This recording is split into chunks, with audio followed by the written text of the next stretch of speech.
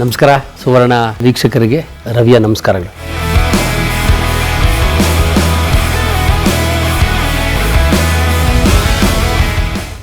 ತುಂಬ ಖುಷಿಯಾಯಿತು, ತುಂಬ ಸಂತೋಷವಾಗಿದ್ದೀನಿ. ಹೌದು, ಈ ಬಿಗ್ ಬಾಸ್ ಮನೆ ಅನ್ನೋದು ಒಂದು ಅದ್ಭುತ ಪ್ರಪಂಚ. ಅದನ್ನು ನಾವು ಕಲ್ಪನೆ ಮಾಡ್ಕೊಳ್ಳೋಕ್ಕೂ ಸಾಧ್ಯವಾಗಲ್ಲ. ಅಲ್ಲೋಗಿ ಬಂದಿರೋರಿಗೆ ಗೊತ್ತಾಗುತ್ತೆ ಬಿಗ್ ಬಾಸ್ ಅಂದರೆ ಏನು ಅಂತ. ಸೊ ಇನ್ನೂ ಒಂದು 15 ದಿವಸ ಬೇಕು ಅಲ್ಲಿನ ವಾತಾವರಣಕ್ಕೂ ಈ ವಾತಾವರಣಕ್ಕೂ ಅಡ್ಜಸ್ಟ್ ಆಗೋಕ್ಕೆ. ಇನ್ನೂ ಒಂದು 15 ದಿವಸ ಆದರೂ ಬೇಕೇ ಬೇಕು. ಅಂದರೆ ಬಿಗ್ ಬಾಸು ಶಿಸ್ತು ಇದೇ ಥರ ಇದೆ ಅಂತ ಅವ್ರು ಯಾರಿಗೂ ಹೇಳಲ್ಲ. ಸೊ ಅವರು ನಡವಳಿಕೆಯೇ ನಮಗೊಂದು ಶಿಸ್ತಾಗ್ಬಿಡ್ತದೆ. ಸೊ ಹಾಗಾಗಿ ಎವ್ರಿಡೇ ಬೆಳಗ್ಗೆ ಎದ್ದೇಳುವಾಗ ಬಿಗ್ ಬಾಸ್ ಆಡ್ ಬಂದಿಲ್ಲ ನಾವು ಎದ್ದೇಳೋಕ್ಕೆ ಕಷ್ಟ ಆಗುತ್ತೆ. ಸೊ ಲೈಟ್ ಆಫ್ ಆದಮೇಲೆ ಮಲ್ಕೋಬೇಕಾಗಿತ್ತು. ಸೊ ಇವೆಲ್ಲ ನೆನಪುಗಳು. ಆಮೇಲೆ ಬಿಗ್ ಬಾಸ್ ವಾಯ್ಸ್ ಇದೆಯಲ್ಲ, ಬಿಗ್ ಬಾಸ್, ಅದೆಲ್ಲ ನೆನಪು ನಮ್ಗೆ ಇನ್ನೂ ತುಂಬ ಕಾಡ್ತಾ ಇದೆ. ಟಾಸ್ಕು ತುಂಬ ಕೆಲವೆಲ್ಲ ಟಫ್ ಟಾಸ್ಕ್ ಅಂತಲೇ ಕೊಡ್ತಾರೆ. ನಾವೇನು ಅಂದ್ಕೊಂಡು ಹೋಗಿರ್ತೀವಲ್ವ, ಸೊ ಆ ಥರ ಅಲ್ಲಿ ಇರೋಲ್ಲ. ಅವ್ರದ್ದೇ ಆದ ಒಂದು ಲೋಕ ಇರ್ತದೆ, ಅವ್ರದ್ದೇ ಆದ ಒಂದು ಇಮ್ಯಾಜಿನೇಷನ್ ಅಂತ ಇರ್ತದೆ. ಅದ್ರ ಪ್ರಕಾರ ಟಾಸ್ಕ್ ಎಲ್ಲ ಕೊಡ್ತಾರೆ. ಅದರಲ್ಲಿ ಪ್ರತಿಯೊಬ್ಬರು ತಮ್ಮ ತಮ್ಮ ಪ್ರಯತ್ನ ಪಡಲೇಬೇಕು. ಗೆಲ್ಲಕ್ಕೆ ನಾವು ಪ್ರಯತ್ನ ಪಡ್ತಾನೆ ಇರಬೇಕು. ಸೊ ಸುಮ್ಮನೆ ಅಂತೂ ಇರೋಕ್ಕಾಗಲ್ಲ. ಸೊ ಅದೇ ಬಿಗ್ ಬಾಸ್ ಮನೆ. ನಾನು ಈಗಾಗಲೇ ಜನಕ್ಕೆ ಗೊತ್ತಿದೆ, ನಾನು ಬಾಡಿ ಬಿಲ್ಡಿಂಗಲ್ಲಿ ಬರೀ ಬಾಡಿ ಬಿಲ್ಡಿಂಗ್ ಒಂದರಲ್ಲೇ 90ಕ್ಕೂ ಹೆಚ್ಚು ಚಿನ್ನದ ಪದಕ ನಾನು ತೊಗೊಂಡಿದ್ದೀನಿ. ಅದಲ್ಲದೆ ಬ್ಯಾಸ್ಕೆಟ್ಬಾಲು, ಫುಟ್ಬಾಲು, ಕ್ರಿಕೆಟು, ಕಬಡ್ಡಿ, ಕುಸ್ತಿ, ವೆಯ್ಟ್ ಲಿಫ್ಟಿಂಗ್ ಇದೆಲ್ಲ ಒಂದು 30-40 ಎಕ್ಸ್ಟ್ರಾ ತೊಗೊಂಡಿದ್ದೀನಿ. ಸೊ ಒಟ್ಟಾರೆ ನಾನು ಕ್ರೀಡಾ ಜೀವನನ ಗುರುತಿಸಿ ನಾನು ಪಡೆದಿರುವಂಥ ರಾಜ್ಯ ಪ್ರಶಸ್ತಿ ಆಗ್ಬೋದು, ಏಕಲವ್ಯ ಪ್ರಶಸ್ತಿ, ಜೊತೆಗೆ ನಾನು 20 ವರ್ಷದಿಂದ ಡ್ರಗ್ ತೊಗೋಬೇಡಿ, ಫ್ರೀ ಅಂತ ಅದಕ್ಕೆ ಒಂದು ಹೋರಾಟ ಮಾಡ್ತಾಯಿದ್ದೆ. ಸೊ ಇವೆಲ್ಲ ಮಾನದಂಡನ ಇಟ್ಕೊಂಡವರು ನನ್ನ ಈ ಒಂದು ಬಿಗ್ ಬಾಸ್ ಇದಕ್ಕೆ ಸೆಲೆಕ್ಷನ್ ಮಾಡಿದ್ರು. ನಿಜವಾಗ್ಲೂ ನಾನು ನಿಮ್ಮ ಮುಖಾಂತರ ಅವರಿಗೆ ಸೆಲೆಕ್ಷನ್ ಕೊಟ್ಟಿದ್ದಕ್ಕೆ ನಿಜವಾಗ್ಲೂ ಅವರಿಗೆ ಧನ್ಯವಾದನ ತಿಳಿಸ್ತಾಯಿದ್ದೆ. ಇಲ್ಲ, ಅಲ್ಲಿ 18 ಜನ ಇದ್ದರು ಫಸ್ಟ್ ಬಂದಾಗ.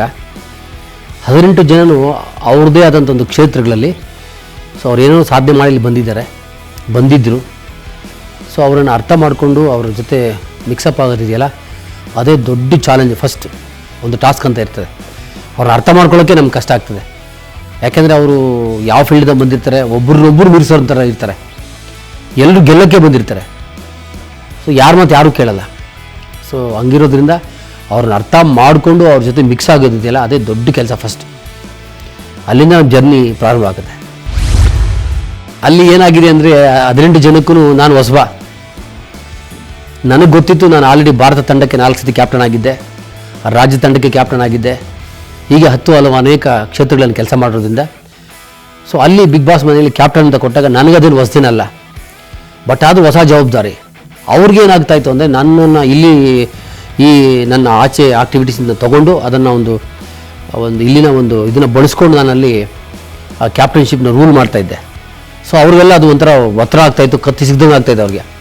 ಕ್ಯಾಪ್ಟನ್ ಅಂದರೆ ಇಷ್ಟು ಶಿಸ್ತಾಗಿರ್ಬೇಕಾ, ಕ್ಯಾಪ್ಟನ್ ಅಂದರೆ ಹಿಂಗಿರ್ಬೇಕಾ, ಕ್ಯಾಪ್ಟನ್ ಅಂದರೆ ಇದೇ ಥರ ಇರ್ತಾರ ಅಂತ ಅವ್ರಿಗೆ ಗೊತ್ತಾಗಲಿಲ್ಲ. ಸೊ ನನಗೆ ಏನು ಅನ್ನಿಸ್ತು ಅಂದರೆ ಬಿಗ್ ಬಾಸ್ ಕ್ಯಾಪ್ಟನ್ ಮಾಡಿದ್ದಾರೆ.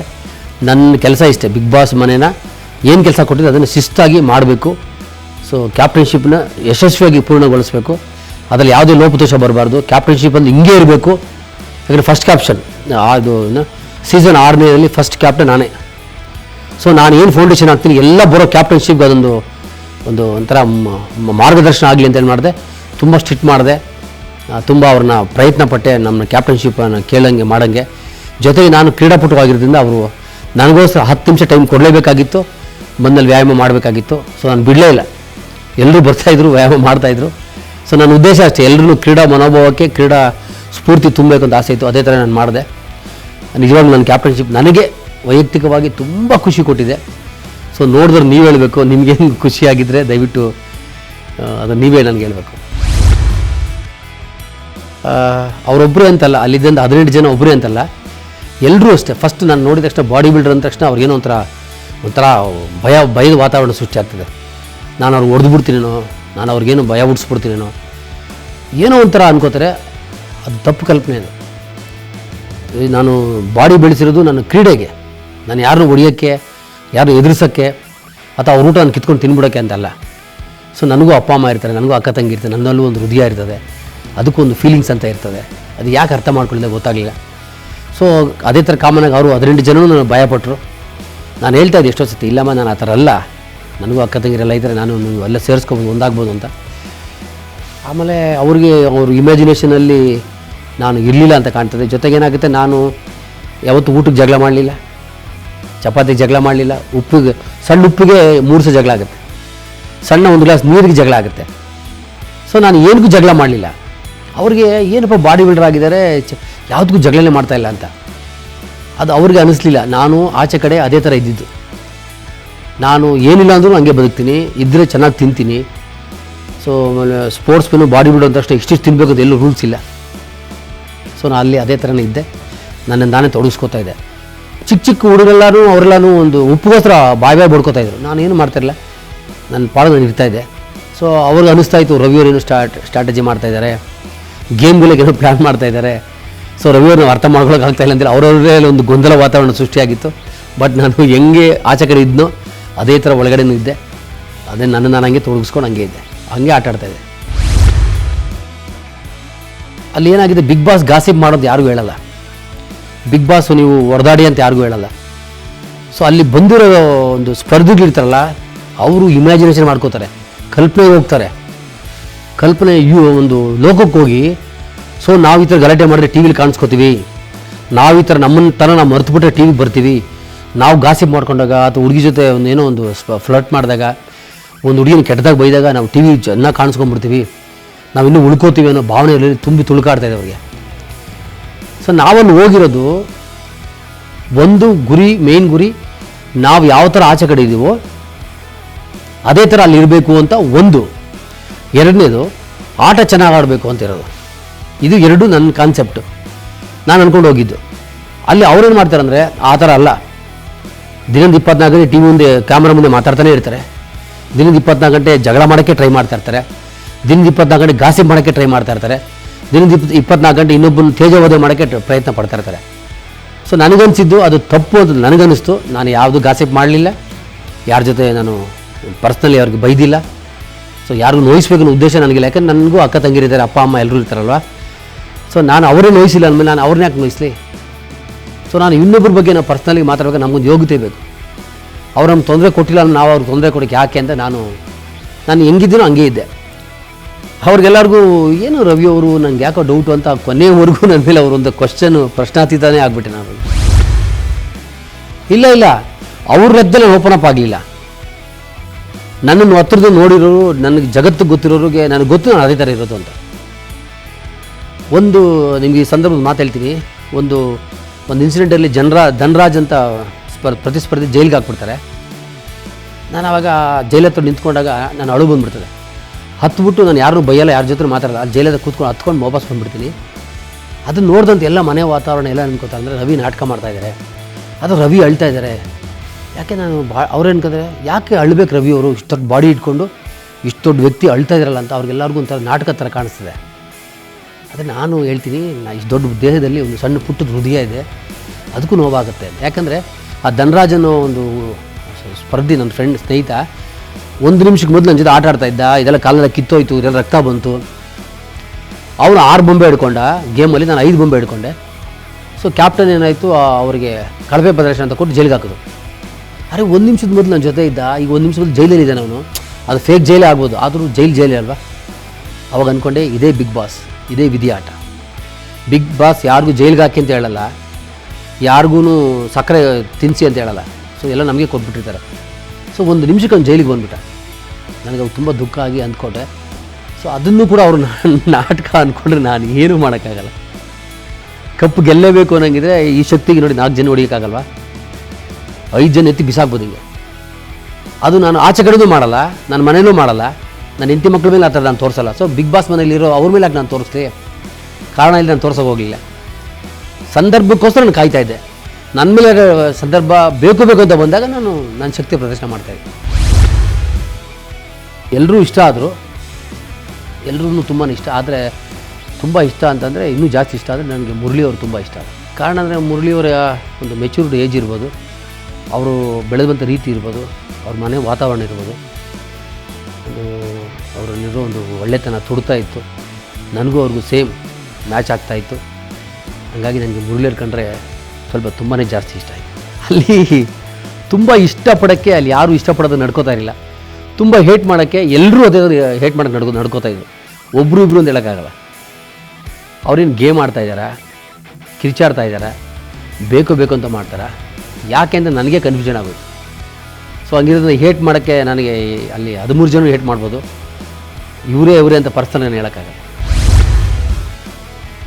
ಸುದೀಪ್ ಸರ್ ಜೊತೆ ಇದ್ದಾಗ ಸುದೀಪ್ ಸಾರೇ ಬಿಗ್ ಬಾಸ್ ಅಂದ್ಕೊಳೋಣ. ಯಾಕಂದರೆ ಒಂದು ದೇವರಿಗೆ ಒಂದು ಕಿರೀಟ ಅಂತ ಇರ್ತದೆ, ಕಿರೀಟಕ್ಕೊಂದು ಮುಕುಟ ಮಣಿ ಅಂತ ಇರ್ತದೆ.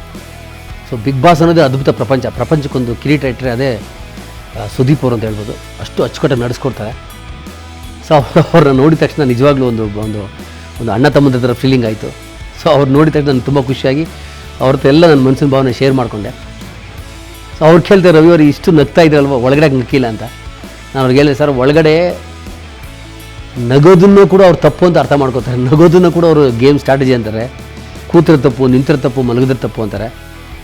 ಸೊ ಹಂಗಾಗಿ ನಾನು ಅಲ್ಲಿ ಮಾತಾಡೋಕ್ಕಾಗಲಿಲ್ಲ ಸರ್ ಜಾಸ್ತಿ ಅಂತ. ಕಾರಣ ನನಗೆ ಖಂಡಿತ ಗೊತ್ತಿಲ್ಲ. ಬಟ್ ನಾನು ಅಲ್ಲಿ ಇದ್ದಷ್ಟು ದಿವಸ ನಾನು ಪ್ರಾಮಾಣಿಕ ಪ್ರಯತ್ನ ಮಾಡಿದ್ದೀನಿ, ಆಟ ಆಡಿದ್ದೀನಿ, ಗೆದ್ದಿದ್ದೀನಿ. ಆಮೇಲೆ ನಾನು ಯಾರ ಬಗ್ಗೆ ಗಾಸಿಪ್ ಮಾಡಲಿಲ್ಲ, ಯಾರ ಬಗ್ಗೆ ಪರ್ಸನಲಿ ಮಾತಾಡಲಿಲ್ಲ, ಯಾರಿಗೂ ನಾನು ಜಗಳನೂ ಆಗಲಿಲ್ಲ. ನನಗೆ ನಾನು ಆಚೆ ಕಡೆ ಯಾವ ಥರ ಅದೇ ಥರ ನಾನು ತೋರಿಸಿದೆ. ಸೊ ಏನಕ್ಕೆ ನಾನು ಆಚೆ ಬಂದೆ ಅಂತ ನನಗಂತೂ ಖಂಡಿತ ಗೊತ್ತಿಲ್ಲ. ಬಟ್ ಒಂದಂತೂ ಸತ್ಯ ಹೇಳ್ತೀನಿ, ನಾನು ಹೋಗುವಾಗ ಬಿಗ್ ಬಾಸ್ ಮನೆಗೆ ಹೋಗುವಾಗ ಎಷ್ಟು ಸಂತೋಷ ಪಟ್ಟಿದ್ದೀನೋ, ನಾನು ಆಚೆ ಬಂದಾಗ ಅದಕ್ಕಿಂತ ಡಬಲ್ ಸಂತೋಷಪಟ್ಟೆ. ಯಾಕಂದರೆ ನಾನು ಕ್ರೀಡಾಪಟು.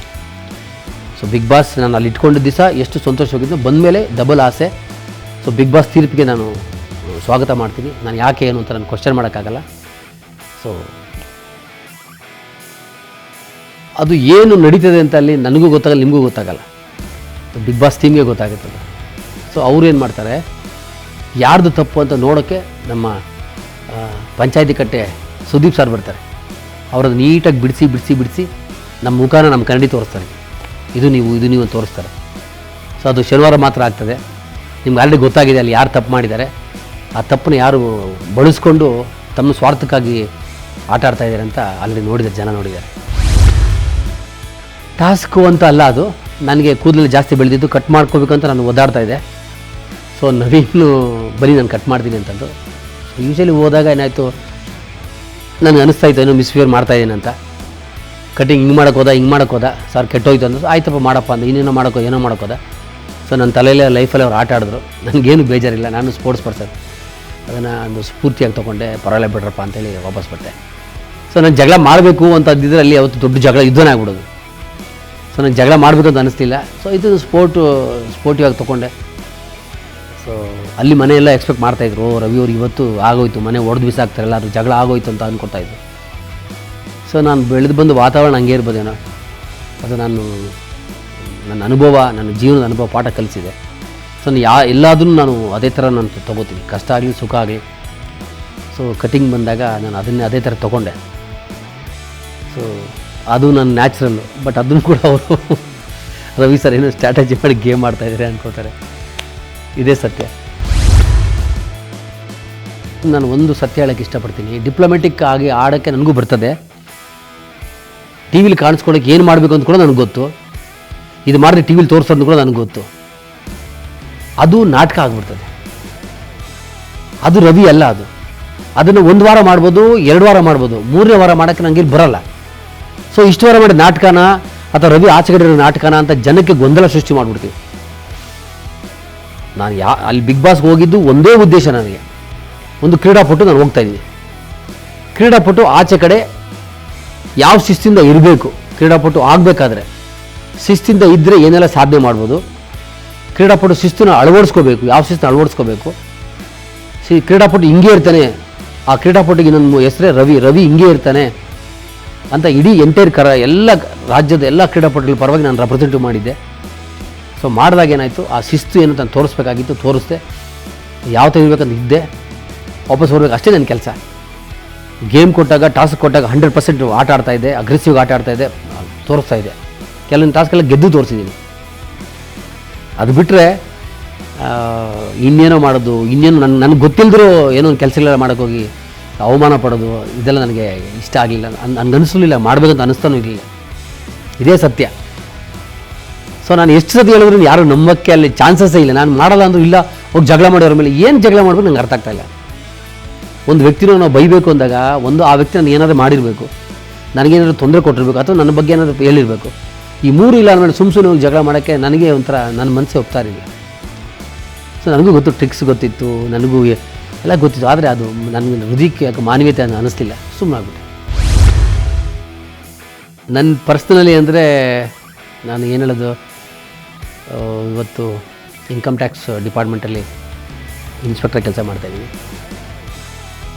ಸೊ ಅವರು ನನಗೆ ನಂಬಿಕೆ ಇಟ್ಟು, ಒಂದು ವಿಶ್ವಾಸ ಇಟ್ಟು, ಬಿಗ್ ಬಾಸ್ ಅನ್ನೋ ಒಂದು ರಿಯಾಲಿಟಿ ಶೋಗೆ ನಮ್ಮ ರವಿ ಹೋದರೆ ಗೆಲ್ತಾನೋ ಬಿಡ್ತಾನೋ, ನಮ್ಮ ಡಿಪಾರ್ಟ್ಮೆಂಟ್ ಮರ್ಯಾದೆ ಉಳಿಸ್ತಾನೆ ಅಂತ ನಂಬಿಕೆ ಇಟ್ಟು ನನಗೆ ಅನುಮತಿ ಕೊಟ್ಟು ಕಳಿಸ್ಕೊಟ್ಟಿದ್ರು. ಸೊ ನಾನು ಅದನ್ನು ಗಮನದಲ್ಲಿ ಇಟ್ಕೋಬೇಕಾಗಿತ್ತು. ಜೊತೆಗೆ ನಾನು ಇಂಟರ್ನ್ಯಾಷನಲ್ ಬಾಡಿ ಬಿಲ್ಡರ್, ನನಗೆ ಅದೊಂದು ಪ್ಲಾಟ್ಫಾರ್ಮ್ ಮಾಡ್ಕೊಂಡಿದ್ದೀನಿ. ಸೊ ಅದನ್ನು ಉಳಿಸ್ಕೋಬೇಕಾಗಿತ್ತು. ನನ್ನದೇ ಆದಂಥ ಒಂದು ಕ್ರೀಡಾ ಅಭಿಮಾನ ವರ್ಗ ಇದೆ, ಅವ್ರ ಮೇಲೆ ಉಳಿಸ್ಕೋಬೇಕಾಗಿತ್ತು. ನನಗೂ ಅಪ್ಪ ಅಮ್ಮ ಅಕ್ಕ ತಂಗಿ ಹೇಳಿದ್ರೆ ಅವ್ರನ್ನೂ ಉಳಿಸ್ಕೋಬೇಕಾಗಿತ್ತು. ಸೊ ನಾನು ಅವ್ರ ಮಧ್ಯೆ ಇಷ್ಟು ವರ್ಷ ಯಾವ ಥರ ಇದ್ದೆ ಅದನ್ನೇ ಅಲ್ಲಿ ನಾನು ತೋರಿಸಿದ್ದೀನಿ. ಒಂದು ಬಿಗ್ ಬಾಸ್ ಕ್ವಶನ್ ಮಾಡ್ತಾಯಿದ್ದೆ, ನಿಮ್ಮ ಸೆಲೆಕ್ಷನ್ಸ್ ಕೊಟ್ಟರೆ ನೀವು ಏನು ಮಾಡ್ತೀರಾ, ಏನು ಆಗ್ತೀರಲ್ಲ, ಏನು ಇರ್ತೀರಾ ಅಂತ. ಅವ್ರು ಹೇಳ್ತಾಯಿದ್ದೆ, ಸರ್ ನಾನು ಹೋಗ್ತಾಯಿದ್ದೀನಿ, ಸ್ಪೋರ್ಟ್ಸ್ ಮ್ಯಾನಾಗಿ ಕಳಿಸ್ಕೊಡ್ತಾಯಿದ್ದೀರಾ ಅಂದರೆ ಬಾಡಿ ಬಿಲ್ಡರ್, ನಮ್ಮದು ಪೂರ್ ಗೇಮ್, ನಮ್ಗೆ ಯಾರೂ ಸಹಾಯ ಮಾಡಲ್ಲ. ಸೊ ನೀವು ನನಗೊಂದು ಪರ್ಮಿಷನ್ ಕೊಟ್ಟಿದ್ದೀರಾ ಹೋಗೋಕ್ಕೆ. ಅಲ್ಲಿ ಗೆಲ್ತೀನೋ ಸೋಲ್ತೀನೋ, ಒಂದು ವಾರ ಇರ್ತೀನೋ ಒಂದು ವರ್ಷ ಇರ್ತೀನೋ ನನಗೆ ಗೊತ್ತಿಲ್ಲ. ಆದರೆ ವಾಪಸ್ ಬರುವಾಗ ಒಂದು ಒಳ್ಳೆ ವಿದ್ಯಾರ್ಥಿ, ಒಳ್ಳೆ ಸ್ಟೂಡೆಂಟ್ ಆಗಿದ್ದಾರಪ್ಪ ಮನೆಯಲ್ಲಿ ಅಂತ ಅನ್ಸ್ಕೊಂಬರ್ತೀನಿ ಸರ್ ಅಂತ ಒಂದು ಮಾತು ಕೊಟ್ಟು ಅವ್ರಿಗೆ ಹೋಗಿದ್ದೆ. ಆ ಮಾತು ಉಳಿಸ್ಕೋಬೇಕಂತ ನಾನು ಯಾವ ಥರ ಅದೇ ಥರ ಇದ್ದೆ. ಸೊ ಆಚೆ ಕಡೆ ಬಂದೆ. ಸುದೀಪ್ ಅವರು ಅದನ್ನು ಒಂದೇ ಮಾತಾಡಿದ್ರು, ಬೇರೆ ನೀವು ಹೋಗೋ ಒಂದು ಮಾತು ಕೊಟ್ಟಿದ್ರಿ, ಒಂದು ಒಳ್ಳೆ ವಿದ್ಯಾರ್ಥಿ ಆಗ್ತಾರೆ, ಒಳ್ಳೆ ಸ್ಟೂಡೆಂಟ್ ಆಗ್ತೀರ ಅಂತ. ಸೊ ಅದೇ ಥರನೇ ಬಂದಿದ್ದೀರಾ, ನಿಜವಾಗ್ಲೂ ತುಂಬ ಖುಷಿ ಆಯಿತು ಅಂತ ಹೇಳಿದ್ರು. ಸೊ ನನಗೆ ಕಪ್ಪು ಗೆದ್ದಾಗಿನ್ನ ತುಂಬಾ ಖುಷಿ ಆಯಿತು. ಇಲ್ಲ, ಅದು ಬಾಡಿ ಅಂದ ತಕ್ಷಣ ನಮ್ಮಲ್ಲಿ ಫಿಕ್ಸ್ ಮಾಡ್ಕೊಂಡ್ಬಿಡ್ತಾರೆ. ವಿಲನ್ ಅಂತ ಕೊಟ್ಟಿದ್ದಾರೆ, ಕೆಲವರು ಕಾಮಿಡಿ ಕ್ಯಾರೆಕ್ಟರ್ ಕೊಟ್ಟಿದ್ದಾರೆ. ಎಲ್ಲ ಪಾತ್ರ ಮಾಡಿದ್ದೀನಿ, ಒಳ್ಳೆ ಇನ್ಸ್ಪೆಕ್ಟರ್ ರೋಲ್ ಎಲ್ಲ ಪಾತ್ರ ಮಾಡಿದ್ದೀನಿ. ಈಗ ಏನೋ ಗೊತ್ತಿಲ್ಲ, ಬಿಗ್ ಬಾಸ್ ಪ್ಲಾಟ್ಫಾರ್ಮ್ ಆಗ್ಬೋದು ಅಥವಾ ಏನೋ ಅದೊಂದು ಆ ಪ್ಲಾಟ್ಫಾರ್ಮೇ ಅಂತಷ್ಟು ಪವರ್ಫುಲ್ ಆಗಿದೆ. ಸೊ ಈಗ ಒಂದು 3 ಜನ ಡೈರೆಕ್ಟರ್ಸು ಪ್ರೊಡ್ಯೂಸರ್ಸ್ ಬಂದಿದ್ದಾರೆ, ಒಂದು ಹೀರೋ ಆಗಿ ಮಾಡಿ ಅಂತ ಕತೆ ಡಿಸ್ಕಷನ್ ನಡೀತದೆ, ಮಾತಾಡ್ತಾ ಇದ್ದೀನಿ. ನೋಡೋಣ, ದೇವರಿದ್ದಾನೆ. ಕತೆ ಇಷ್ಟ ಆಗಿ ಒಳ್ಳೆ ನಿರ್ಮಾಪಕರು ಸಿಕ್ಕಿದ್ರೆ ಹೀರೋ ಆಗಿ ಮಾಡೋಕ್ಕೆ ರೆಡಿಯಾಗಿದೆ. ನಾನು ಸ್ಪೋರ್ಟ್ಸ್ಗೆ ಬರೋಕ್ಕಿಂತ ಮೊದಲು AV ರವಿ ಅಂತ ಇದ್ದೆ. ಅಂದರೆ ಅಂಚೆ ವೆಂಕಟರಮಣಪ್ಪ ರವಿ ಅಂತ. ಸೊ ನಮ್ಮಪ್ಪ ಕುಸ್ತಿಪಟು, ನಮ್ಮಪ್ಪನ ತಮ್ಮಂದ್ರಿಬ್ರು ಅಂಚೆ ಅಶ್ವಥ್, ಆಕೃ ಸೋಮಶೇಖರ್, ಅವರು ನ್ಯಾಷನಲ್ ಬ್ಯಾಸ್ಕೆಟ್ಬಾಲ್ ಪ್ಲೇಯರ್ಸ್. ಸೊ ನಮ್ಮ ಅಣ್ಣ international player athletics AV Ramesh ಅಂತ ರೈಲ್ವೇಸಲ್ಲಿ ಕೆಲಸ ಮಾಡ್ತಾರೆ. ನನ್ನ ತಂಗಿ AV ಚಂದ್ರಕಲಾ ಅಂತ, ಅವರು ಯೋಗ ಚಾಂಪಿಯನ್. ಸೊ ನನ್ನ ತಮ್ಮ ನ್ಯಾಷನಲ್ ಚಾಂಪಿಯನ್ AV ಹರೀಶ್ ಅಂತ. ಸೊ ನಾನು ಬಂದು ಇಂಟರ್ನ್ಯಾಷನಲ್ ಬಾಡಿ ಬಿಲ್ಡರ್. ಸೊ ಈ ಫ್ಯಾಮಿಲಿವರೆಗೂ ಬಂದಿದ್ದಕ್ಕೆ ನನಗೆ AV ರವಿ ಅಂತಲೇ ಫೇಮಸ್ ಆಯಿತು. ಸೊ ಸಿನಿಮಾದಲ್ಲಿ ಬಂದಾಗ ಏನಾಯಿತು, ಬಾಡಿ ಗಿಡಿ ಇದು ನೋಡಿಬಿಟ್ಟು ಜಿಮ್ ಅಂತ ಕರೆದು ಜಿಮ್ ರವಿ ಅಂತಲೇ ಸ್ಟಾರ್ಟ್ ಆಯಿತು. ಸೊ ಸಿನಿಮಾ ಬಂದಾಗ ಜಿಮ್ ರವಿ ಆಯಿತು, ಸ್ಪೋರ್ಟ್ಸ್ ಇದ್ದಾಗ AV ರವಿ ಆಯಿತು. ಸೊ ಎರಡೂ ಕಲಿಸಿ, ಕೆಲವು ಸಿನಿಮಾಗೆ ಹೋದಾಗ ಜಿಮ್ ರವಿ ಅಂತಾರೆ, ಈ ಕಡೆ ಹೋದಾಗ AV ರವಿ ಅಂತಾರೆ. ಸೊ ನಾನು ಸಿನಿಮಾ ಲ್ಯಾಂಡಲ್ಲಿ ಜಿಮ್ ಅಂತಲೇ ಫೇಮಸ್. ನಾವು ಊಟ ಮಾಡ್ತಾ ಇರೋದೇ ಸ್ಪೋರ್ಟ್ಸಿಂದ, ನನ್ನ ಕೆಲಸ ಸಿಕ್ಕಿದ್ದು ಸ್ಪೋರ್ಟ್ಸಿಂದ, ನಾನು ಸಾಧನೆ ಎಲ್ಲ ಮಾಡಿದ್ದು ಸ್ಪೋರ್ಟ್ಸಿಂದನೇ. ಸೊ ಸ್ಪೋರ್ಟ್ಸಿಂದನೇ ನಾವು ಬದುಕ್ತಾ ಇರೋದು ಅಂತ ಹೇಳಿದ್ರೂ ತಪ್ಪಾಗಲ್ಲ. ಇಲ್ಲಿ ಒಂದು ಕ್ವಶನ್ನು ನೀವು ಅರ್ಥ ಮಾಡ್ಕೋಬೇಕು. ಬಾಡಿ ಬಿಲ್ಡಿಂಗ್ ಅನ್ನೋ ಒಂದು ಪೂರ್ ಗೇಮ್, ಯಾರೂ ಸಹಾಯ ಮಾಡಲ್ಲ, ರೆಕಗ್ನೈಸೇಷನ್ ಇಲ್ಲ. ಇಂಥ ಒಂದು ಕ್ರೀಡೆ ನಾನು ಆಯ್ಕೆ ಮಾಡ್ಕೊಂಡಿದ್ದಕ್ಕೆ ನಾವು ತುಂಬ ಬಡ ಕುಟುಂಬದಿಂದ ಬಂದಂಥವ್ರು. ನಮ್ಮಪ್ಪ ತುಂಬ ಬಡವರು ನಾವು. ಇನ್ನು ನನ್ನ ಎಜುಕೇಷನ್ ಪೂರ್ 30, 32, 33, 34 ತಗೊಂಡು ನಾನು ಪಾಸ್ ಮಾಡ್ತಾಯಿದ್ದೆ. ಇವತ್ತು ಇನ್ಕಮ್ ಟ್ಯಾಕ್ಸ್ ಇಲಾಖೆಯಲ್ಲಿ ಇನ್ಸ್ಪೆಕ್ಟರ್ ಕೆಲಸ ಮಾಡ್ತೀನಿ ಅಂದರೆ ಸಾಮಾನ್ಯದ ಮಾತಲ್ಲ. ನನ್ನ ಕ್ರೀಡಾ ಸಾಧನೆಯನ್ನು ಗುರುತಿಸಿ ಇನ್ಕಮ್ ಟ್ಯಾಕ್ಸಲ್ಲಿ ನನ್ನ ಕೆಲಸ ಕೊಟ್ಟರು. ಸೊ ನನ್ನ ಕ್ರೀಡೆಯನ್ನು ಗುರುತಿಸಿ ರಾಜ್ಯ ಸರ್ಕಾರ ಏಕಲವ್ಯ ಪ್ರಶಸ್ತಿ ಕೊಡ್ತು. 10 ಹಲವು ಪ್ರಶಸ್ತಿಯನ್ನು ತೊಗೊಂಡೆ. ಸೊ ಒಂದು ನಾಗರಬಾವಿಲಿ ಒಂದು ರವೀಶ್ ಜಿಮ್ ಅಂತ ಓಪನ್ ಮಾಡಿ ಒಂದು 28-29 ವರ್ಷ ಆಯಿತು. ಅದನ್ನು ನಡೆಸ್ತಾ ಇದ್ದೀನಿ. ಸೊ ಇವೆಲ್ಲ ಬಂದಿದ್ದು ಕ್ರೀಡೆಯಿಂದ. ಸೊ ಸೊ ನಾನು ನಿಮ್ಮ ಸುವರ್ಣ ವಾಹಿನಿ ಮುಖಾಂತರ ಎಲ್ರಿಗೂ ಮನವಿ ಮಾಡ್ಕೋತೀನಿ, ನೀವು ನಿಮ್ಮ ಮಕ್ಕಳನ್ನ ಪೊಲೀಸ್ ಆಫೀಸರಾಗ ಕೇಳಿ, ಡಾಕ್ಟ್ರಾಗ ಕೇಳಿ, ಇಂಜಿನಿಯರಾಗಿ ಕೇಳಿ, ಏನು ಬೇಕಾದರೂ ಮಾಡಿ, ಜೊತೆಗೆ ಒಂದು ಒಳ್ಳೆಯ ಉತ್ತಮ ಕ್ರೀಡಾ ಮನೋಭಾವನ ಬೆಳೆಸ್ಕೊಳ್ಳೋಕ್ಕೆ ನೀವು ಪ್ರೇರೇಪಣೆ ಕೊಡಿ. ಕ್ರೀಡೆಯಿಂದ ಏನೆಲ್ಲ ಸಾಧನೆ ಆಗ್ತದೆ, ಏನೆಲ್ಲ ಸಿಗ್ತದೆ ಅನ್ನೋಕ್ಕೆ ನಾನೇ ಸಾಕ್ಷಿ. ಸೊ ನಿಮ್ಮ ಮಕ್ಕಳು ನೀವು ಕ್ರೀಡಾ ಮನೋಭಾವನ ಬಿತ್ತಿ ಬೆಳೆಸಿ ಅನ್ನೋ ಮಾತನ್ನು ನಾನು ಕೇಳ್ಕೊತೇನೆ. ಏನಿಲ್ಲ, ನಾನು ಬಿಗ್ ಬಾಸ್ ಮನೆಗೆ ಹೋಗ್ಬೇಕಾದ್ರೆ ನಾನು ಇನ್ಕಮ್ ಟ್ಯಾಕ್ಸಲ್ಲಿ ಅದೇ ಇನ್ಸ್ಪೆಕ್ಟರ್ ಕೆಲಸ ಮಾಡಿ ಸೀಕ್ರೆಟ್, ನಾನು ಬಿಗ್ ಬಾಸ್ ಅನ್ನೋದು ಸೀಕ್ರೆಟು. ಬಿಗ್ ಬಾಸ್ ಕೊನೆ 2 ದಿವಸವರೆಗೂ ನನಗೆ ಹೇಳಲೇ ಇಲ್ಲ, ನೀವು ಸೆಲೆಕ್ಷನ್ ಆಗಿದ್ದೀರಾ ಅಂತ ಏನು ಹೇಳಲೇ ಇಲ್ಲ. ಇನ್ನು 2 ಡೇಸ್ ಇದ್ದಂಗೆ ನನಗೆ ಹೇಳಿದ್ರು, ನೀವು ಸೆಲೆಕ್ಷನ್ ಆಗಿದ್ದೀರಾ, ಅದು ಸ್ವಲ್ಪ ಅದು ಇದ್ದೀರಾ, ಯಾವುದಕ್ಕೂ ರೆಡಿ ಇರಿ ಅಂತ ಹೇಳಿದ್ರು. ಸೊ ಆಮೇಲೆ ಸಾಯಂಕಾಲ ಹೇಳಿದ್ರು, ನಾನೇನು ಮಾಡಿದೆ, ಇನ್ನಿದ್ದು 1.5 ದಿವಸ ಇದೆ, ಸೆಲೆಕ್ಷನ್ ಆಗಿದ್ದೀನಿ ನನ್ನ ವೈಫ್ಗೆ ಹೇಳಿದ್ರೆ ಅದು BBC, ನನ್ನ ಮಗಳು ಆಕಾಶವಾಣಿ. ಸೊ ಊರಿಗೆಲ್ಲ ಹೇಳ್ಕೊಂಬಿಡ್ತಾರೆ, ಅವರು ಸೀಕ್ರೆಟ್ ಮಾಡಿ ವೇಸ್ಟ್ ಆಯಿತು, ನಾನು ಇನ್ಕಮ್ ಟ್ಯಾಕ್ಸ್ ಇದ್ದು ವೇಸ್ಟ್ ಆಗುತ್ತೆ. ಸೊ ಅವ್ರು ಯಾಕೆ ಹೇಳಬೇಕು? ಸೊ ಅದೇನು ಮಾಡಿದ್ರೆ ಒಂದು ಚೀಟಿ ಬರೆದು ಕಾಪಿ ಡಬ್ದಲ್ಲಿ ಹಾಕ್ಬಿಟ್ಟು ನಾನು ಜರ್ಮನಿಗೆ ಹೋಗ್ತಾಯಿದ್ದೀನಿ, ಕಿಟ್ ರೆಡಿ ಮಾಡಮ್ಮ ಅಂತೇಳಿ ಅದನ್ನ ತೊಗೊಂಡು ಬಿಗ್ ಬಾಸ್ಗೆ ಹೊರಟ್ಬಿಟ್ಟೆ. ಸೊ ಬಿಗ್ ಬಾಸಲ್ಲಿ ಕೇಳ್ತಾರೆ ಯಾರ ಜೊತೆ ಬಂದಿದ್ದೀರಾ ಅಂತ, ನಾನು ಒಬ್ಬರೇ ಬಂದೆ ಅಂದೆ. ಸರ್ ನಿಮ್ಮ ವೈಫು ಅಂದೆ. ಇಲ್ಲ ಸರ್ ನಾನು ಯಾರಿಗೂ ಹೇಳಿಲ್ಲ ಅಂದೆ. ಯಾಕೆ ಅಂದ್ರೆ ಬಿಗ್ ಬಾಸ್ ಸೀಕ್ರೆಟ್ ಟಾಸ್ಕ್ ಅಲ್ಲ, ನಾನು ಅದಕ್ಕೆ ಬಂದೆ ಅಂದೆ.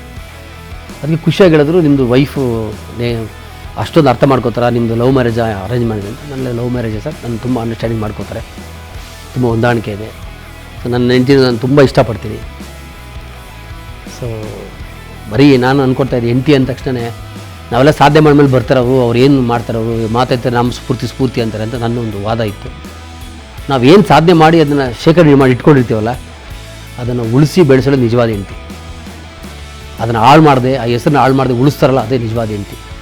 ಸೊ ನಿಜವಾಗ್ಲೂ ನನ್ನ ಹೆಂಡತಿ ನಾನು ನಿಮ್ಮ ವಾಹಿನಿ ಮುಖಾಂತರ ಒಂದು ಧನ್ಯವಾದ ಹೇಳ್ತೀನಿ. ಇಷ್ಟೇ ಹೇಳಿದೆ, ನಾನು ಏನೆಲ್ಲ ಸಾಧನೆ ಮಾಡಿದ್ದೀನಿ ಅದಕ್ಕೆ ಎವ್ರಿಡೇ ನೀರು ಹಾಕಿ ಅದನ್ನು ಪೋಷಣೆ ಮಾಡ್ತಾಳೆ, ಅದನ್ನು ಕಾಪಾಡ್ಕೋತಾಳೆ, ಅದನ್ನು ಬೆಳೆಸೋಕ್ಕೆ ಟ್ರೈ ಮಾಡ್ತಾಳೆ. ನಾನು ಏನೇ ಸ್ಫೂರ್ತಿಗೆ ಕಾರಣ ಆಗ್ತಾಳೆ, ಅಲ್ಲೋಗ್ರಿ ಇಲ್ಲೋಗ್ರಿ ಅದು ಮಾಡಿ ಇದು ಮಾಡಿ ಅಂತ ಸ್ಫೂರ್ತಿ ಕೊಡ್ತಾಳೆ. ಸೊ ಹಂಗಾಗಿ ಅದನ್ನು ಹಂಚ್ಕೊಂಡೆ. ಸುದೀಪ್ ಅವ್ರು ತುಂಬ ಖುಷಿಪಟ್ಟರು. ಸೊ ಅವರು ಸುದೀಪ್ ಅವ್ರು ಕ್ವಶನ್ ಮಾಡಿದ್ರು, ಏನಮ್ಮ ಇಷ್ಟು ಕೈಯಲ್ಲಿ ಇಟ್ಕೊಂಡಿದ್ದೆ ಯಾವತ್ತೂ ಹೊಡಿತಾರ ಅಂತ. ನನ್ನ ಹೆಂಡತಿ ಹೇಳೋದು, ಮದುವೆ ಮಾಡ್ಕೊಳ್ಳೋಕ್ಕಿಲ್ಲ ಮೊದಲು ಒಂದು ಮಾತು ಹೇಳಿದ್ದೆ, ನೀವು ಹೊಡೆದ್ರೆ ಫಸ್ಟ್ ಮದುವೆ ಆದಮೇಲೆ ಯಾವುದೇ ಕಾರಣಕ್ಕೂ ನಾನು ಹೊಡಿಬಾರ್ದು, ಹೊಡೆದ್ರೆ ನಾನು ಸತ್ತೋಗ್ತೀನಿ, ಸತ್ತೋದ್ಮೇಲೆ ನಿಮ್ಮನ್ನ ಯಾರು ಸಾಕಾಕಿರಲ್ಲ, ಹಂಗಾಗಿ ಹೊಡಿಬಾರ್ದು ಅಂತ ಪ್ರಾಮಿಸ್ ಮಾಡಿದ್ರು. ಅದಕ್ಕೆ ಸುದೀಪ್ ಅವ್ರು ನಗ್ತಾಯಿದ್ರು. ನಾನು ನಿಜವಾಗ್ಲೂ ಹೇಳ್ತೀನಿ, ನಾನು ನೋಡೋಕ್ಕೆ ದಪ್ಪ ಇದ್ದೀನಿ ಅಷ್ಟೇ, ನನ್ನ ವಾಯ್ಸು ಗಡಿಸ್ತಾನೆ ಇರ್ತದೆ. ನಾನು ನನ್ನಲ್ಲೊಂದು ನನ್ನ ತಂದೆ ತಾಯಿನ ಪ್ರೀತಿ ಮಾಡೋದು, ಅಕ್ಕ ತಂಗಿನ ಪ್ರೀತಿ ಮಾಡೋಕ್ಕೆ ಒಂದು ಒಳ್ಳೆ ಮನಸ್ಸಿದೆ ಅಂತ ನೀವೆಲ್ಲ ಅರ್ಥ ಮಾಡ್ಕೊಳ್ಳಿ ಅಂತ ನಿಮ್ಮ ಮುಖಾಂತರ ಕೇಳ್ಕೊತೀನಿ. ಇಲ್ಲ, ನನ್ನ ಹೆಂಡತಿಗೆ ತಲೆ ಕೆಟ್ಟರೆ ಕಾಫಿ ಕುಡಿಯೋ ಅಭ್ಯಾಸ ಜಾಸ್ತಿ. ಆ ಕಾಫಿ ಕುಡಿಯೋಕೆ ಹೋಗಿ ಡಬ್ಬ ತೆಗಿತಾಳೆ, ನನ್ನ ಮೇಲೆ ಕೊಬ್ಬ ಕಾಫಿ ತೆಗ್ದಲ್ಲಿ ಇಡ್ತಾಳೆ. ಸೊ ಡಬ್ಬದಲ್ಲಿ ಚೀಟಿ ಇರ್ತದಲ್ಲ, ನನಗೆ ಗೊತ್ತಿತ್ತು ಇನ್ನು ಬೇರೆ ಹಾಕಿ ಹುಡುಕಲ್ಲ. ಸೊ ಕಾಫಿ ಬಿಡಿ ಡಬ್ಬದಲ್ಲಿ ಹಾಕಿದೆ, ತೆಗೆದು ನೋಡಿದ ತಕ್ಷಣ ನಾನು ಬಿಗ್ ಬಾಸ್ ಮನೆಗೆ ಹೋಗ್ತಾ ಇದ್ದೀನಿ, ಬೇಜಾರು ಮಾಡ್ಕೊಬೇಡ, ಇಂತಿಂಥವ್ರಿಗೆ ಹಿಂಗೆ ಎಂಥದ್ದು ಕೆಲಸ ಎಲ್ಲ ಬರೆದು ಬಂದಿದೆ. ಸೊ ಅವಳಿಗೆ ಗೊತ್ತಾಗ್ಬಿಡುತ್ತೆ. ಸೊ ಒಂದು ರೀತಿ ನನಗೆ ಆ ಥರ ಹೋಗಿದ್ದಕ್ಕೆ ಒಂಥರ ತುಂಬ ಖುಷಿನೂ ಆಗ್ತದೆ. ಒಂದು ರೀತಿ ನನ್ನ ಹೆಂಡತಿ ಮೇಲೆ ನನಗೆ ನಂಬಿಕೆ ತುಂಬ ಜಾಸ್ತಿ ಇತ್ತು. ಅದು ಕೋಪ ಮಾಡ್ಕೊಳ್ಳೋದು, ಜಗಳ ಮಾಡೋದು ಆ ಥರ ಯಾವತ್ತೂ ಮಾಡಲ್ಲ. ಸತ್ಯ ಹೇಳ್ತೀನಿ, ನೀವು ಯಾರು ನಂಬದೋ ಹೋಗಲಿ, ನನ್ನ ಮದುವೆಗೆ ಇಷ್ಟು ವರ್ಷ ಆಗಿದೆ, ಒಂದು ಸತಿ ನಾವು ಜಗಳ ಮಾಡಿಲ್ಲ. ಯಾವತ್ತಾರ ನನಗೇನೋ ಸಿಟ್ಟು ಬಂದಿದೆ ಅಂತ ಗೊತ್ತಾಗಿದ ತಕ್ಷಣ ಸೈಲೆಂಟ್ ಆಗಿಬಿಡ್ತಾರೆ. ನನಗೆ ಆಶ್ಚರ್ಯ, ಹೆಂಗಸರು ಅಂದರೆ ಈ ಥರ ಇರ್ತಾರ ಅಂತ. ಎಲ್ಲ ಅನ್ಕೋತಾರೆ, ಡೈಲಿ ಜಗಳ ಆಗುತ್ತೆ, ನನ್ನ ಮನೇಲಿ ನಾನೇ ಗೆಲ್ಲೋದು ಅಂತ ಅನ್ಕೋತಾರೆ. ನನ್ನ ಮನೇಲಿ ಜಾಸ್ತಿ ಸೋಲೋದು ನಾನೇ, ನನಗಿನೇ ಜಾಸ್ತಿ ಸೋಲೋದು ನಾನು ನಿಂತೀನಿ. ನಮ್ಮಲ್ಲಿ ಗೆಲುವು ಯಾವತ್ತೂ ಯಾರ ಜೊತೆ ಇಲ್ಲವೇ ಇಲ್ಲ. ಇದನ್ನು ಯಾರು ನಂಬೋದೇ ಇಲ್ಲ. ಇದನ್ನು ಇಷ್ಟು ವರ್ಷ ಆಗಿದೆ ನೋಡಿ, ಇವತ್ತು ಇಲ್ಲಿ ಕೂತ್ಕೊಂಡು ನಿಮ್ಮ ಜೊತೆ ಮಾತಾಡ್ತಾ ಇದ್ದೀನಿ. ನಾನು ಫೋನ್ ಮಾಡಿದ್ದೀನಿ ನಮ್ಮ ವೈಫ್ಗೆ, ಮನೆಗೆ ಫೋನ್ ಮಾಡಿ, ಬಟ್ಟೆ ಜೋಡಿಸಮ್ಮ 10 ದಿವಸ ನಾನು ಊರಲ್ಲಿರಲ್ಲ ಅಂದರೆ, ಯಾಕೆ ಏನು ಅಂತ ಕ್ವಶನ್ ಮಾಡಿ ಜೋಡಿಸಿ ರೆಡಿಯಾಗಿಟ್ಟಿರ್ತಾಳೆ. ಏರ್ಪೋರ್ಟ್ಗೆ ಹೋಗ್ತಾರೆ, ಹೋಗಿ ಅಷ್ಟೇ, ಬರಲ್ಲ ಬೇಡ ಅಷ್ಟೇ. 10 ದಿವಸ ನಾನು ಫೋನ್ ಮಾಡೋಣ ಅಂದರೆ ಮಾಡೋದೇ ಇಲ್ಲ. ಸೊ ನಮ್ಮ ಹೊಂದಾಣಿಕೆ ಯಾವ ಥರ ಇದೆ ಅಂದರೆ, ನಿಜವಾಗ್ಲೂ ಹೇಳ್ತೀನಿ, ಅದು ದೊಡ್ಡವರು ಹೇಳ್ತಾ ಇದ್ರು, ಇಚ್ಛೆ ಅರಿಯುವ ಸತಿ ಇರಲು ಸ್ವರ್ಗಕ್ಕೆ ಕಿಚ್ಚು ಹಚ್ಚಂದನ ಸರ್ವಜ್ಞ ಅಂತ. ನನ್ನ ಬಾಲಲ್ಲಿ ಅದು ನಿಜವಾಗ್ಲೂ ಜಾಸ್ತಿ ಕೊಟ್ಬಿಟ್ಟಿದೆ ದೇವರು. ನನ್ನ ಹೆಂಡತಿನ ಅದಕ್ಕೆ ನಾನು ತುಂಬ ಪ್ರೀತಿ ಮಾಡ್ತೀನಿ. ತುಂಬ ಬಿಗ್ ಬಾಸಲ್ಲಿ ನೀವು ನೋಡಿರಬೇಕು ನನ್ನ ಹೆಂಡತಿ ಅಂದ್ರೆ ಎಷ್ಟು ಪ್ರೀತಿ ಅಂತ ನಾನು ಒಂದು ಎಕ್ಸ್ಪ್ರೆಸ್ ಮಾಡಿದ್ದೀನಿ. ಸೊ ನಿಜವಾಗ್ಲೂ ನಾನೇ ಪುಣ್ಯವಂತ ಅನ್ಕೋತೀನಿ. ಎಲ್ಲರೂ ಇದ್ದಾರೆ, ಎಷ್ಟೋ ಜನ ಇದ್ದಾರೆ, ಅದ್ರಲ್ಲಿ ನಾನೊಬ್ಬ ಜಾಸ್ತಿ ನಾನು ಪುಣ್ಯ ಮಾಡಿದ್ದೀನಿ ಅನ್ಕೋತೀನಿ. ಇಲ್ಲ, ನಾನೇ ಪ್ರಪೋಸ್ ಎಲ್ಲ ಇಲ್ಲ, ಸುಳ್ಳು. ನನಗೆ ಮದುವೆ ಮಾಡ್ಕೋಬೇಕು ನೋಡಿದೆ, ಮಾತಾಡಬೇಕು ಅನ್ನಿಸ್ತು, ಮಾತಾಡಿದೆ. ಡೈರೆಕ್ಟಾಗಿ ಅವ್ರ ಅಪ್ಪ ಅಮ್ಮ ಹತ್ರ ಹೋದೆ, ನನಗೆ ನಿಮ್ಮ ಹುಡುಗಿ ಇಷ್ಟ ಆಗಿದ್ದಾಳೆ, ನಾನು ಮದುವೆ ಮಾಡ್ಕೋತೀನಿ, ಅಂತ ಹೇಳಿದೆ. ಟೈಮ್ ತೊಗೊಂಡ್ರು, ಒಪ್ಕೊಂಡ್ರು, ಮದುವೆ ಮಾಡ್ಕೊಂಡ್ರು. ಅಲ್ಲಿ ಸುತ್ತೋದು, ಪಾರ್ಕ್ ಸುತ್ತೋದು, ಅಲ್ಲೆಲ್ಲ ಸುತ್ತೋದು ನಾನು ಯಾವತ್ತೂ ಮಾಡಲಿಲ್ಲ. ನೋಡಿದ ಇಷ್ಟ ಆದರೆ ಡೈರೆಕ್ಟ್ ಅವ್ರ ಅಪ್ಪ ಅಮ್ಮ ಹತ್ರ ಮಾತಾಡಿದೆ. ಯಾಕಂದ್ರೆ ನನ್ನ ಹೆಸರೆಲ್ಲ ಇತ್ತಲ್ವ, ಸೊ ನಾನು ತಪ್ಪು ಮಾಡಬಾರ್ದಲ್ವ. ಸೊ ಡೈರೆಕ್ಟ್ ಹೋಗಿ ಮಾತಾಡಿದೆ, ಮದುವೆ ಮಾಡ್ಕೊಂಡೆ. ಅಬ್ಜೆಕ್ಷನ್ ಇತ್ತೇನೋ ಒಂದು ವಾರ, ಒಂದು ದಿವಸ, 2 ದಿವಸ ಯೋಚನೆ ಮಾಡಿದ್ರು, 3 ದಿವಸ ಒಪ್ಕೊಂಡ್ರು. ತುಂಬ ಚೆನ್ನಾಗಿದ್ದೀವಿ, ತುಂಬ ಚೆನ್ನಾಗಿದೆ. ಯಾರ ಕಣ್ಣು ಬೀಳದೇ ಇಲ್ಲ ನಮ್ಮ ಮೇಲೆ ಅಷ್ಟೆ. ಇಲ್ಲ, ನಮ್ಮ ಅಪ್ಪ ಅಮ್ಮ ಇಬ್ಬರು ತೀರ್ಕೊಂಡ್ಬಿಟ್ಟಿದ್ದಾರೆ. ಸೊ ಅವ್ರು ಹಾಕಿದ್ದ ಒಂದು ಮಾರ್ಗದರ್ಶನ ಇವತ್ತು ನಮ್ಮ ಇಲ್ಲಿ ತನಕ ಕರ್ಕೊಂಡ್ಬಂದಿದೆ. ದಯವಿಟ್ಟು ಎಲ್ರಿಗೂ ಮನವಿ ಮಾಡ್ಕೋತೀನಿ, ನೀವು ಯಾರನ್ನ ಪ್ರೀತಿ ಮಾಡ್ತಾರೋ ಬಿಡ್ತಾರೋ ಗೊತ್ತಿಲ್ಲ, ಅಪ್ಪ ಅಮ್ಮನ ಪ್ರೀತಿ ಮಾಡಿ, ಅಪ್ಪ ಅಮ್ಮನ ಹಾಕಿದ್ದ ಮಾರ್ಗದರ್ಶನದಲ್ಲಿ ಹೋಗಿ ಒಂದಲ್ಲ ಒಂದ್ಸಲ ಒಳ್ಳೆ ಗುರಿ ಮುಟ್ತೀರಾ. ಅದಕ್ಕೆ ಸಾಕ್ಷಿ ನಾನೇ ಇದ್ದೀನಿ. ಸೊ ನಮ್ಮ ತಾಯಿ ನಾನು ತುಂಬ ಮಿಸ್ ಮಾಡ್ಕೋತೀನಿ, ನಮ್ಮ ಅಪ್ಪನ ಮಿಸ್ ಮಾಡ್ಕೋತೀನಿ. ಜೊತೆಗೆ ಇವಾಗ ನಮ್ಮನ್ನು ತುಂಬ ತಾಯಿ ಥರನೇ, ನಮ್ಮ ತಾಯಿ ತೀರ್ಕೊಂಡು ಸುಮಾರು ವರ್ಷ ಆಯಿತು. ನಮ್ಮ ತಾಯಿ ಥರನೇ ನನ್ನ ಸಾಕ್ತಾ ಇರುವಂಥ ನಮ್ಮ ಅಕ್ಕ, ಅಂದರೆ ಅತ್ತೆ ಆಗಬೇಕು, ಅಂಚಕ್ಕ ಅಂತಿದ್ದಾರೆ. ಅವರು ಯಜಮಾನ್ರು ನಮ್ಮ ಮಾವ ಕಲ್ಲಪ್ಪ ಅಂತಿದ್ದಾರೆ. ನನ್ನನ್ನು, ನಮ್ಮ ಅಣ್ಣನ, ನಮ್ಮ ಅಕ್ಕ ತಂಗಿನೆಲ್ಲ ಸಾಕೋದು ಇವಾಗ ಅವರೇ. ತಾಯಿ ಅಂದರೆ ನೆಕ್ಸ್ಟ್ ತಾಯಿ ಅವರೇನೆ. ನನಗೆ ತುಂಬ ಇಷ್ಟ ಅವ್ರು ಕಂಡ್ರೆ ಅವ್ರನ್ನ. ಅಂಚಕ್ಕ ಅಂತ ಇಲ್ಲೇ ಬೆಂಗಳೂರಲ್ಲಿ ಇರ್ತಾರೆ. ನಾವು ಇವತ್ತು ಅವ್ರ ಮೇಲೆ ಊಟ ಮಾಡೋದು. ವಾರಕ್ಕೊಂದ್ಸತಿ, 15 ದಿವಸಕ್ಕೊಂದ್ಸರಿ ಊಟ ಮಾಡ್ತಾನೆ ಇರ್ಬೋದು. ಸೊ ನಿಜವಾಗ್ಲೂ ಅವ್ರಿಗೆ ನಿಮ್ಮ ವಾಹಿನಿ ಮುಖಾಂತರ ನಮ್ಮ ಅಂಚಕ್ಕನಿಗೆ ನಾನು ನಮಸ್ಕಾರ ಹೇಳೋಕ್ಕೆ ಇಷ್ಟಪಡ್ತೀನಿ. ನನ್ನ ಮಗಳು, ಅವಳು ಸಹ ನಂತರನೇ ಧೈರ್ಯ ಜಾಸ್ತಿ. ಅವಳು ಯೋಚನೆ ಮಾಡೋಕ್ಕೆ ಹೋಗಲ್ಲ. ಅವಳು ಮನಸ್ಸಲ್ಲಿ ಏನಿದೆ ಅದನ್ನೇ ಮಾತಾಡ್ತಾಳೆ. ಈಗ ಅವಳು SLC ಓದ್ತಾ ಇದ್ದಾಳೆ, ಶಟಲ್ ಬ್ಯಾಡ್ಮಿಂಟನ್ ಆಡ್ತಾಳೆ. ಸೊ ಅವಳು ನೆಕ್ಸ್ಟ್ ಸ್ಟೇಟ್ ಲೆವೆಲ್ಗೆಲ್ಲ ಹೋಗ್ತಾಳೆ. ಅವಳು ಒಂದು ಕ್ರೀಡಾಪಟು ಆಗಿರೋದಕ್ಕೆ ನನಗೆ ತುಂಬ ಖುಷಿ ಆಯಿತು. ಯಾಕೆ ನಮ್ಮ ಫ್ಯಾಮಿಲಿ ಫುಲ್ಲು ಸ್ಪೋರ್ಟ್ಸ್, ಹಾಗಾಗಿ ಅವಳು ಒಂದು ಕ್ರೀಡೆಗೆ ಬಂದಿದ್ದಾಳೆ. ಸೊ ಈ ವರ್ಷ ಅವಳು ಸ್ಟೇಟ್ ಲೆವೆಲ್ಗೆಲ್ಲ ಹೋಗೋಕ್ಕೆ ರೆಡಿ ಆಗ್ತಾಳೆ. ಸೊ ನಾನು ಹೋಗಿದ್ದು ಖುಷಿ ಆಯಿತು, ಅವಳಿಗೆ ಬಂದಿದ್ದು ಖುಷಿ ಆಯಿತು. ಸೋತೆ ಅಂತ ಅವಳು ಯಾವತ್ತೂ ಅಂದ್ಕೊಳ್ಳಿಲ್ಲ, ಸ್ಪೋರ್ಟ್ಸ್ ಸ್ಪಿರಿಟಾಗೆ ತೊಗೋತಾಳೆ. ಸೊ ಹಂಗಾಗಿ ಸುದೀಪ್ ಸರ್ ಅದನ್ನು ಹೇಳಿದ್ರು, ತಂದೆ ಮಕ್ಕಳಿಬ್ಬರು ಒಂದೇ ಥರ ಇರೋಂಥ ಖುಷಿಪಟ್ಟು.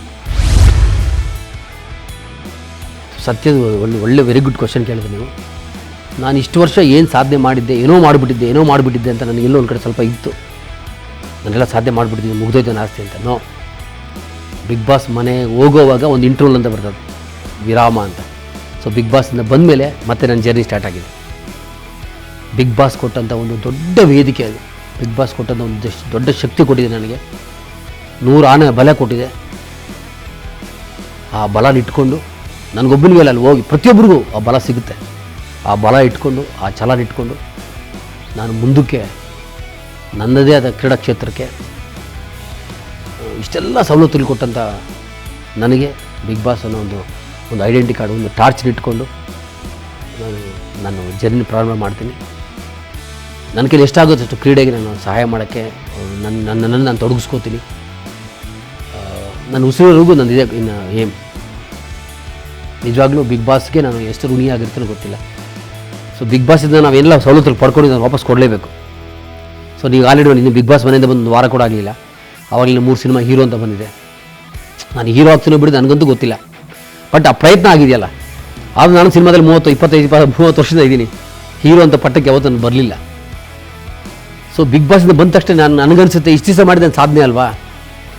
ಈಗ ಬಿಗ್ ಬಾಸಿಂದ ಬಂದ ತಕ್ಷಣ ಹೀರೋ ಅಂತ ಹುಡ್ಕೊಂಡ್ಬಂದಿದ್ದಾರೆ ಅಂದಮೇಲೆ, ಸೊ ಎಂಥ ಬಿಗ್ ಒಂದು ವೇದಿಕೆ ಅಲ್ವಾ. ಸೊ ಬಿಗ್ ಬಾಸ್ಗೆ ಶರಣು ಹೇಳ್ತಾ, ಸೊ ಖಂಡಿತ ನನ್ನ ಜರ್ನಿನ ಪ್ರಾರಂಭ ಮಾಡ್ತೀನಿ. ಅದು ಇವಾಗ ನಾನು ಏನು ಹೇಳೋಕ್ಕಾಗಲ್ಲ. ಬಿಗ್ ಬಾಸ್ ಗೆಲ್ಲಬೇಕು ಸೋಲ್ಬೇಕು ನಾನು ಡಿಸೈಡ್ ಮಾಡಲೇ ಇಲ್ಲ. ನಾನು ಆಟ ಆಡಬೇಕು ಅಂತ ಹೋಗಿದ್ದೆ ಅಷ್ಟೇ. ಸೊ ಗೆದ್ದ ಮೇಲೆ ಅದು ನಾನು ಏನು ಹೇಳೋಕ್ಕಾಗುತ್ತೆ ಈಗ. ಸೊ ಗೆದ್ದಿಲ್ಲ, ನಾನು ಆಟ ಆಡೋಕ್ಕೆ ಮಾತ್ರ ಹೋಗಿದ್ದೆ ಅಷ್ಟೇ. ಎಷ್ಟು ಸರಿ ನನಗೆ ಗೊತ್ತಿಲ್ಲ. ಹೋಗಿದ್ದೆ 4 ವಾರ 5 ವಾರ ಇದ್ದೆ, ವಾಪಸ್ ಬಂದಿದ್ದೀನಿ. ಅದ್ರ ಬಗ್ಗೆ ಮಾತ್ರ ನಾನು ಕ್ಲಾರಿಫಿಕೇಷನ್ ಕೊಡ್ತೇನೆ ಅಷ್ಟೇ. ಫಸ್ಟು ತುಂಬ ದುಃಖ ಕೊಟ್ಟಂಥ ಸನ್ನಿವೇಶ ಅಂತಂದರೆ, ಅಲ್ಲಿ ಎಲ್ಲರೂ ಚೆನ್ನಾಗಿರ್ತಾರೆ, ಇದ್ದಕ್ಕಿದ್ದಂಗೆ ಜಗಳ ಮಾಡ್ಕೊಂಡ್ಬಿಡ್ತಾರೆ, ಇದ್ದಕ್ಕಿದ್ದಂಗೆ ಕಿಚ್ಚಾಡ್ಬಿಡ್ತಾರೆ, ಇದ್ದಕ್ಕಿದ್ದಂಗೆ ಪರ್ಸನಲ್ ಎಲ್ಲ ಮಾತಾಡ್ಕೊಂಡ್ಬಿಡ್ತಾರೆ. ಅದು ಯಾಕೆ ಮಾಡ್ಕೋತಾರೆ ಅಂತ ನನಗೆ ಇವಾಗಲೂ ಅರ್ಥ ಆಗಲಿಲ್ಲ. ಅವರದ್ರ ಸ್ಟ್ರಾಟಜಿ ಅಂತಾರೆ, ಗೇಮ್ ಅಂತಾರೆ.